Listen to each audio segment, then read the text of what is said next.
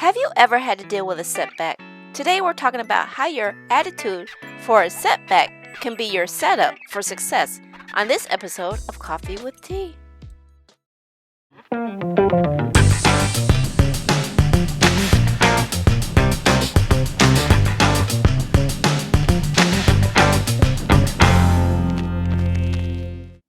Hello, friends, and welcome to another episode of Coffee with Tea. I'm your host, Tonia and I'm excited because I'm going to be talking to Mr. Lee Chambers, who's going to be giving us some insight about his journey into where he is at now. And he is a businessman with a lot of golden nuggets. So without further ado, I'd like to bring on Mr. Lee Chambers. Welcome to the show, sir. It's a pleasure to be with you today, Tonia. It's a pleasure to talk to you. Like I said, you shared your story because you had to overcome a setback, a physical setback that really propelled you forward to where you are, what you're doing right now, and really had you reformat your plans and actually figure out how to strategize the struggles that you've been through to where you can build it and help bring people forward. So you have a compelling story, and I don't want to share it all. So I would like to let you tell who you are, a little bit about where you are and what you hope to bring forward. Yeah, definitely. So I'm Lee Chambers and I live in the north of England, if you can't tell by the accent. And yeah, this is where I was born and brought up. So I'm from a blue collar family. Parents worked hard, and by working hard, they give me that appreciation for just how much effort is important if you want to progress in your life. So as a child, I was curious, I was disruptive. I was that child asking the question, why is the world like this? Why did they behave that way? Why doesn't it make sense to me? And by being that curious child, it took me into interesting places and conversations. So I ended up with doing little entrepreneurial things when I was younger, like trying to sell games, trying to sell my mum's ornaments on the side of the street. But what it actually did is it really started to make me look and think, okay, so if I can potentially build a life that I don't have to work a blue collar job, 2 blue collar jobs, 3 blue collar jobs like my mum was doing at one point. That maybe I can find a way that when I have children, I'll be there more and will not be struggling just to put food on the table and a roof over our heads. So in school, I was quite academic. I was that lazy young man getting the grades, but not putting much effort in. And that pathway took me all the way through to university, the first one in my extended family to go. And there was a lot of pressure there from my parents to set that example, but it was a privilege to get there. And I got there, and suddenly I moved out to the city, and I'm living the life, the societies, the clubs, and freedom. Really, suddenly I'm looking after myself, and at first that feels great. But I started to struggle a little bit, like a lot of young men do. I started to feel like I wasn't really that well equipped. I'd not prepared myself for looking after myself all the time. And, my cooking skills were being tested, and my timing, everything was down to me, and all that responsibility was quite a lot, naturally, as it would be. And I started to struggle a little bit in the middle of my studies. So, from a lot of perspectives, this was 15 years ago, and I was struggling a bit with my mental health. Couldn't express myself and didn't have the emotional intelligence or the self-awareness to really find a way to do that authentically. So I started to struggle a little bit. I felt like I didn't really have anyone to turn to speak to about it, and my struggles with my academics started to come to the fore. Finally, not putting a lot of effort in started to catch up a little bit, because you can't just go for education without trying. It will come to bite you at some point. But all that came together. I was trying to make the adolescent adult transition, and I just started to avoid things. So I had to work to fund my studies. So I stopped going to work. I stopped seeing my friends. I stopped going to the societies. Then I started going to university, and I just spent 2 weeks in my dorm, just isolating myself, just avoiding the world. My parents came and took me home. That was the first taste of adversity that I had. But through that taste of adversity, being taken home took that pressure off me, just allowed me to reflect and start to realize, okay, so what has happened is you're not failing as a human being. Just things around you are failing because you're not preparing, you're not putting enough effort in. and you avoiding taking action instead of approaching it and taking ownership and responsibility. And being able to see that, I was able to build my confidence back up and start to realize I had control over quite a lot in my own life. And it was up to me to take advantage of those opportunities by being proactive, by taking a step forward into growing. And I was trying to be that 20-year-old who had it all figured out. And I realized no one has it figured out. By the time you die, you'll still not have it figured out, but you'll have chiseled and understood an awful lot along that journey. So really realizing that gave me something to move forward with. I built myself back up, got confident again, got a much deeper understanding of myself, and went back to university and graduated. And being able to get that outcome kind of helped me to understand, because I'd taken ownership, suddenly I'd grown and progressed in my life. So with this newfound, yes, if I actually do it, things will happen. If I don't do anything, nothing will happen attitude. I went and got on a graduate scheme. So I'd had some time to think, right, Lee, what do you enjoy? What do you enjoy doing? And what makes you feel, motivated inside? And the two things were helping people and data, patterns, and statistics. Two things that polar opposites, but put them together. And I was like, okay, I want to be a financial advisor.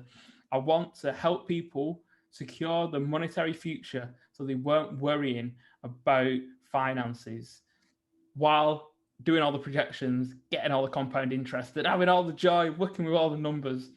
Great. I managed to get on a graduate scheme at a national bank here in the UK. A really competitive scheme. I went through like 7 interviews, and I was like, yes, maybe this is the pathway. My parents were like, you go and get a job for life. You've made it into the white collar professions. Well done, son.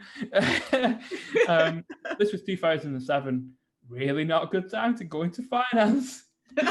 So 6 months later, in my training budget, $12,000 of professional training, it was cut because of the crash. And I was like, I don't have $12,000 to do it myself. Oh, this ain't good. But then a few weeks later, I got made redundant. And being laid off, I moved back to my parents' home again and thought, man, like, this is like starting again. What can I do? And at first I was a bit like, oh, this ain't fair. Like, I'm looking at jobs. There is no jobs in finance. I'm up against hundreds of people who've been in the industry for 20 years with experience, with knowledge, with skills that I don't have. And like, this just seems like a bit of a kick in the teeth. And then I took a step back and realized, okay, Lee, take ownership again. Let's look at this proactively. You're probably not going to get a job in finance. Accept that. That's the reality right now. So change your path. You're at home. You've not got a 20-year career, so you're inflexible. You've not got a family to support, so you can move, you can agile, you can do something different. Let's look at what skills you've got and make something happen. So I wanted to set up a video game business. Towards the end of university, I'd written a business plan and I'd done forecasts and I'd looked at market opportunity and done quite a lot of research, taken it to a mentor, and he'd said, Lee, great plan, watertight, nothing's inflated. This is realistic. You could execute this, but you're going to struggle because you're young, you're black, you've got an attitude problem, and the industry you're trying to get into, it's very traditional, very slow moving. You're going to walk into those buildings and walk into those offices, and people like me, 55-year-old white men who, we've had our time, we're grey and wearing suits, are going to look at you and be like, who's this young upstart? We don't trust him. He's going to change things. He's going to make us, take us to uncomfortable places. Right. So he said, you know what, Lee, maybe just go into the places where it's already more diverse, because you'll have less barriers. It'll be easier. You'll have a smoother journey. And, being young and being a bit like, this man has made a success of his life from a business perspective, just made me think, right, I'll go and smooth those rough edges in industry. But being spat out of the corporate machine after 6 months made me think, I'm not conforming anymore. I'm not going to take that advice. I'm going to go and tackle it head on and see what happens. So I started this video game company and moved into the e-commerce and wholesale space. And yeah, it took off like a rocket. I mean, I was up to 6-figure revenue after 7 months. And that was still with the barriers in place. I couldn't get, I was struggling to get invited into the conversations that I wanted to be. And it took years to get to that point. But hell, you're not going to get there if you don't ask. If you don't keep knocking on that door, at some point, you're going to get so big they can't ignore you. And I managed to get to that point, and suddenly I'm running a 7-figure business with just me, algorithms, automations, and lots of help from my family. And sometimes that's where it's at. But along that journey as well, I was still working as an employee. You still have that at the back of your head, blue collar mentality. I'm going to go work, work hard. But really, it was more than that. I was still trying to find what I wanted to do. I was still working in local government and then in charities and then in elite sport. Because firstly, after losing that professional training, I was like, I need to keep learning things. Every year I'm going to sign up and do something I choose, something I pay for, that won't be taken and can't be taken away from me. So that took me into a number of different industries where I started to learn more about what I enjoyed, what I didn't enjoy, how I could help people, and how I could, really navigate the world in a different way. Now, you didn't have to have just one career. Like, there was a time when I was an elite performance coach. There was a time when I was helping unemployed people back into work by taking them on a process. There was a time when I was working in auditing in a local government. We were boring, but I got to play with lots of figures. Well, I want to stop right here for a moment and really reiterate some of the stuff that you talked about. You said you took ownership on a lot of the decisions that were in your area to make that decision. So that's a key point I wanted to touch on. And I also want to leave this moment here. If everybody's enjoying what Lee is dropping, and I always say that, and you're picking the golden nuggets up, please hit that like button down there and give us a comment down so we can follow up. And also, we're going to go and dive deeper into how he actually learned to accept some of the things that was in his control and the things that weren't out. And you really figured out the difference when you took time to reflect. And then that's how you started to say, you know what, I'm not going to let somebody dictate what I do. And you're going to take ownership and say, you know what, it's going to be hard, but I can do it, right? Is that basically what you're saying? Yeah, definitely. And I suppose that really came to the fore when I was at that place where I had the business, my son was born, I'd met my wife, and we'd bought a family house. And, I had a societally lovely life, I had the car and the vacations to Florida and cruising around the Caribbean. And then all of a sudden I became unwell, lost the ability to walk as my immune system attacked my joints. And that left me in a hospital bed. I not only could I not walk, that meant I couldn't wash myself, I couldn't feed myself properly. And all of a sudden, that was a massive thing, because my wife was 6 months pregnant. My son was 18 months old, looking at me with his big eyes like, Daddy, why can't you play? And I was just there. I was in a lot of shock. It happened in the course of a week. I went from fully independent, fully mobile to in hospital, hooked up and not in a good place. And that shock, it lasted for a few days. And then it started to wear off, and then the pain hit. And then the pain medication took the edge off the pain, and I started to feel frustrated and I felt angry because I'd looked after myself. I was like, why is this happening now? Got a young family. I need to be there for them, and suddenly I feel like I feel a bit helpless. And that kind of, I made sure I expressed that to the people who came to visit me, to the hospital staff, in as healthy and as positive a way that I could, but I needed to get it out. Couldn't bottle it up. You bottle it up, bottle up those negative emotions, they'll come to bite you in the future. And we feel the whole spectrum from deepest despair to happiest joy as human beings, because that's what being human's about. And I kind of moved into a bit of grief. So I started to grieve for my mobility and physicality as a young man, because I didn't know how the pathway was going to go. But after all that settled, I got moved up onto a different ward at the hospital, a longer term ward. And in my room, I was with 3 older gentlemen, and they literally said, I spoke to them every day. They were saying, you know what, Lee, we're in our 70s and our 80s. We're coming towards the end of our lives. You are still in your 20s. You've still got so much of your life left to live. You're going to be positive. You're going to be back up on your feet. They were motivating me. I was looking out of the window across to the town where I was born, and all the way across there is field between the towns, fields that I'd walked over hundreds of times. And I just looked and thought, I'm not being grateful for walking until I lost it, but I tell you what, I'm definitely going to get it back. And it clicked again. Lee, it's time to be proactive. It's time to take ownership. You can't control this disease and what's happened to you, but your recovery, your health outcomes in your hands. And at that point, I was like, right, I need to start to think about doing everything that I can to get back on my feet and get back walking, and started to realize, you know what? Recovery is a massive part of getting back, and it's going to be my mind, not just my body, that has to get into that place. And I almost said to myself, you know what? This disease is attacking me. I'm going to attack it as much as it is attacking me. And I'm going to turn this suffering into growth. That was the motto that I had. And there's no doubt, I come out of hospital and I go into walking rehab, and my daughter's born. And for all that, holding my newborn daughter, I was like, she's got none of society's expectations and boundaries on her. And, you know, in less than a year, she's going to be up on her own feet walking, and I'm going to be walking with her.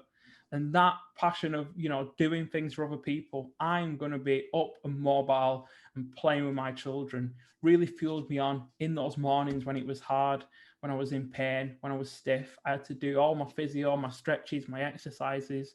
But every day I stayed consistent. I thought, this is who you're becoming. Don't listen to how you feel. Don't feel like, I don't want to do it this morning. No. Who do you want to become? I want to become back on my feet.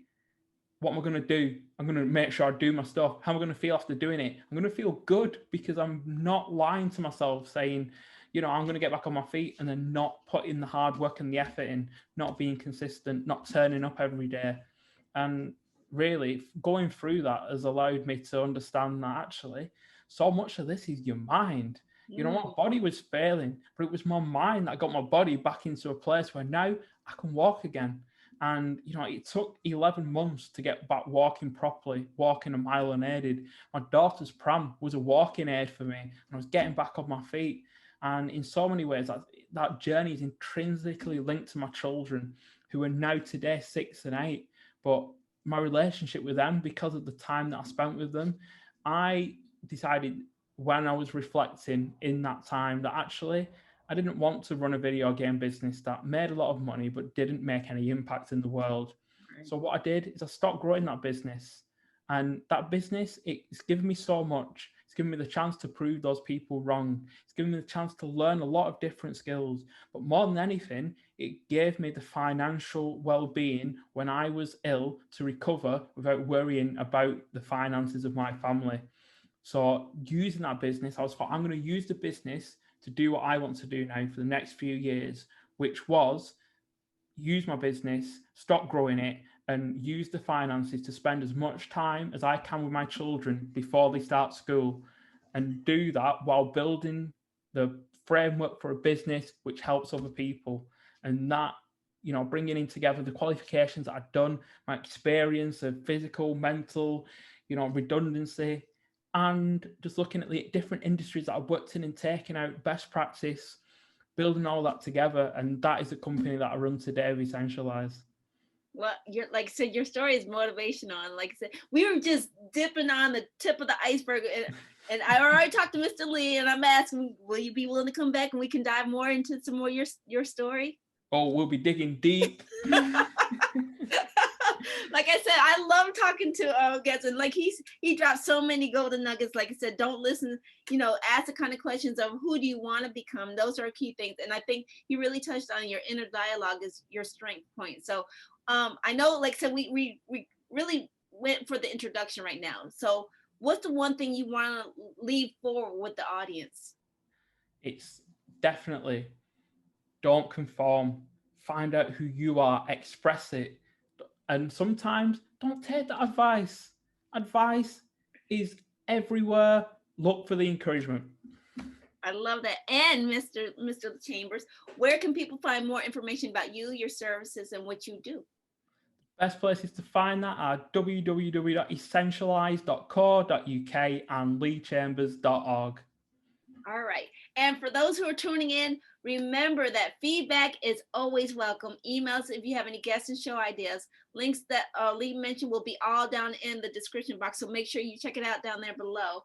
Thank you for watching. Like I said, this was just an intro. We're going to have a comeback, so we're going to schedule some good conversations to follow up so you can draw some more nuggets for you. And if you enjoyed this video, like I said, give us a thumbs up, leave a comment down there below so we can follow up with some more questions. Next time we can dive deeper into the conversation. And if you're enjoying all the insights that Mr. Lee has dropped and then you want to hear more that other people are sharing, please consider hitting that subscribe button over there. And remember, take things in stride, go with the flow, and create your own path. We'll see you back here on another episode of Coffee with Tea. So bye-bye for now. Share with us, what was one of your takeaways from today's show? Post your answers in the comments.